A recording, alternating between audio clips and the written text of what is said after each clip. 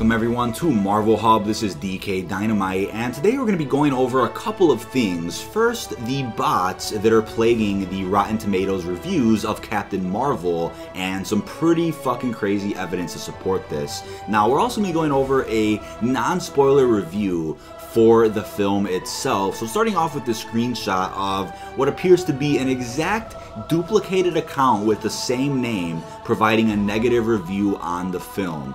Very frustrating, and I'm going to go in depth as to why people are trolling this movie and giving it a bunch of negative reviews. We're going to go in depth about that in just a second, but we have another screenshot of what is proof that somehow, in some way, shape, or form, Captain Marvel has 58,000 reviews in just a day. But somehow, I don't know how this is possible, Infinity War, that's been out for nearly a year now, only has close to 51 to 52,000 reviews total on Rotten Tomatoes. There is no way in hell that Captain Marvel, of all movies, brought more traction to film critics than Infinity War did. Infinity War is what I would consider the biggest crossover event of all time. And you could say the first Avengers was that, but I think Infinity War was far greater on a much bigger scale when it comes to a giant crossover event. Endgame's going to outdo that. Endgame's definitely going to beat Infinity War, but in terms of having this many people review the film, there's no way you have that many more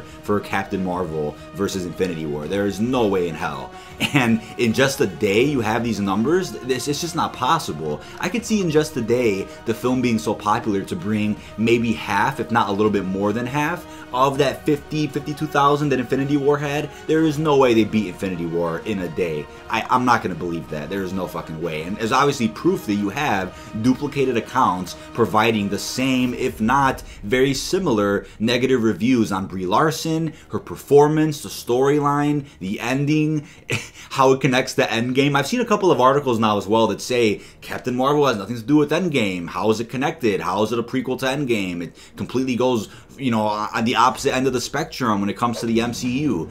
I just don't get it. I really don't understand the negative opinions. I don't understand the reviews that talk about Brie Larson. Here's what I will say though. And with Brie Larson's comment about how she doesn't want just white males to be reviewing the film and giving it a bunch of coverage in the news, when she said that, this is what I'll say. It may have come out hostile, it may have come out in a way that can really just fuel the trolls to go ahead and make memes about her and talk shit about how she views the world. It may have done that, right? She may not have said it in the best way with the best wording, but the intentions are pure. Now, without going too political here, I just despise SJWs and I despise the political side of our world right now. It's so cringe, it's so laughable, it's so fake, it's so evil and hostile. That's my opinion on that. So with this video, I am in no way saying pro-feminism or pro-Nazism. I'm not doing that in any way within this video here. But what I will say is that her intentions are 100% pure. She thinks there should be a more diverse group of people that are reviewing the film, doing interviews, giving it coverage in the news, and I agree with that. Maybe there are certain cases that I might not even have seen where in certain films or with certain series, you're like, wait, it's a very dominant group of people that are giving the film a certain review, or a dominant group of people interviewing the cast. Maybe that's the case, and that's what she's been seeing. She's a fucking movie star, so clearly she knows better than anyone about how that works. So she has an intention to bring more people, especially women, into that field of reviewing the film and interviewing people. That's her intention there, and that's 100% pure. But going into a non-spoiler review of the film itself, I'm just going to say it right away. There is no agenda in this film. Nothing is overtaken by an SJW agenda. The dialogue is not cringy. Brie Larson puts on a very good performance, and this is, once again, going against all of those rumors that they had massive reshoots of the film because Brie Larson was a wooden fucking character, and Carol Danvers was not portrayed in the way she should have been, and Brie Larson did a bad job. They had to reshoot a lot of the scenes to give her more emotion.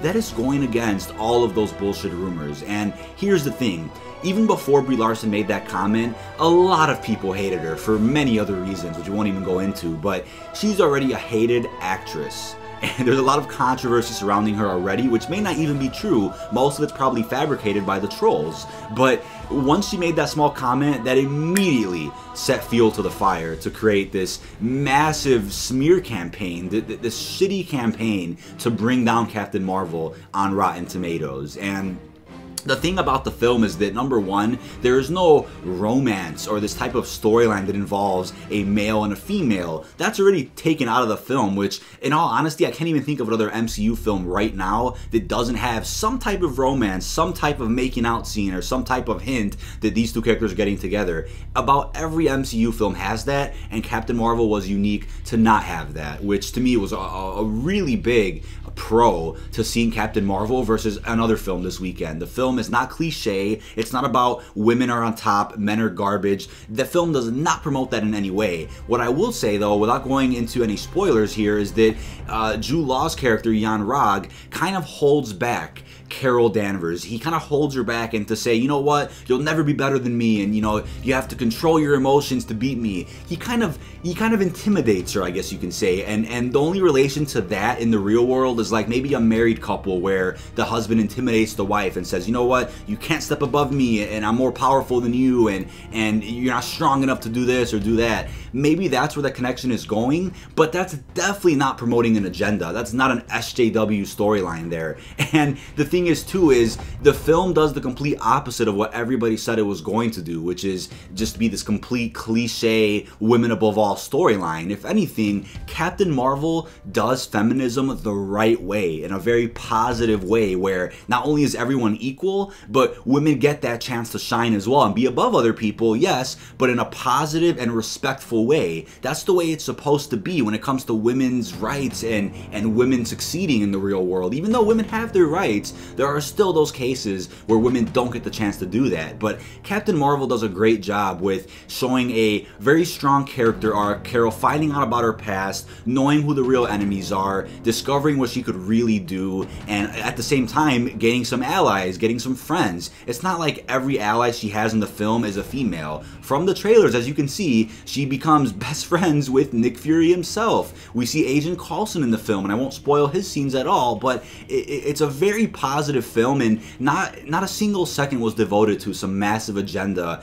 that was doing nothing but just playing to the trolls and giving people a reason to hate and give negative reviews on it. You'll notice that very few even analyze the film itself. Most of them, if not all, are attacking Brie Larson. And if you want to dislike Brie Larson, you don't want to see a film that involves her, that's fine, but to go as far and to make troll accounts just to make this film do shit, it's just laughable. I mean, the film had a massive box office opening, and it's going to do extremely well leading into Avengers Endgame. And last but not least here, in terms of those articles that are being written that it somehow has nothing to do with Endgame, I don't really get what people wanted out of this film other than Captain Marvel's origins. The people want this film to take place after the snap in Infinity War and then somehow end the movie with her finding the Avengers. I just don't get what people expected when it comes to a prequel for Endgame. I just don't get it.